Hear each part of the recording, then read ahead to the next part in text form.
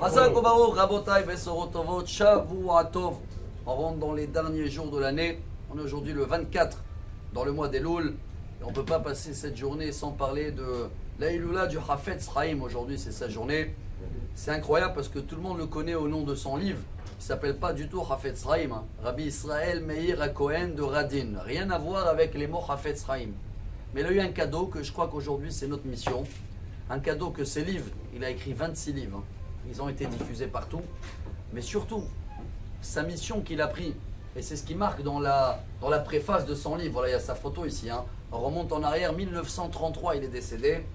Et il a marqué dans la préface que le temple, le deuxième, a été détruit pour quelle raison? Nous, on sait que c'est la haine gratuite. Mais c'est quoi la racine de la haine gratuite? C'est la shonara.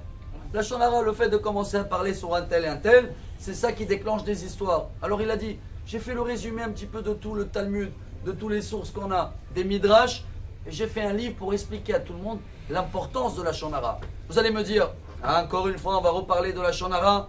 Eh bien, Rabotai, quel âge il avait quand il est décédé, le Hafetz Chaim? Ça doit être un exemple.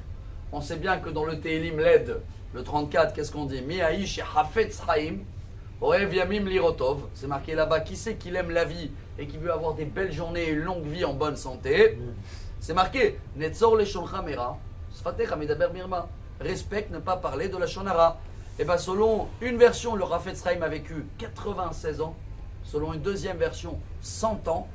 Quoi qu'il arrive, que pour une version, les deux versions, en bonne santé, brillant et clair jusqu'à la dernière journée. Donc lui-même, qu'il était ce qu'il voulait que nous aussi on est dans cette image-là. Ah, vous allez me dire alors dans ce cas-là on ne parle plus. Rabotai, ceux-là qui ont connu le Hafetz Chaim, ils témoignent qu'il avait toujours son mot à dire dans tous les sujets, mais jamais avec de la shonara. Alors aujourd'hui, si on veut faire quelque chose de beau pour la dernière semaine de l'année, quelque chose de beau pour le Hafetz Chaim, alors on ne va pas seulement allumer une bougie et demander qu'il va nous donner, si Dieu veut, une bonne année, qui va nous effacer toutes les mauvaises paroles de l'année. Venez, on essaie de s'engager, je parle de moi-même, d'essayer de moins possible parler sur les autres. On s'occupe de notre vie, on oublie, on a une garantie du roi David dans les Tehillim d'avoir, si Dieu veut, une longue vie, Hafetz Chaim. On va aimer la vie et si Dieu veut, en bonne santé. Shavuatov à tous et Besorot Tovot.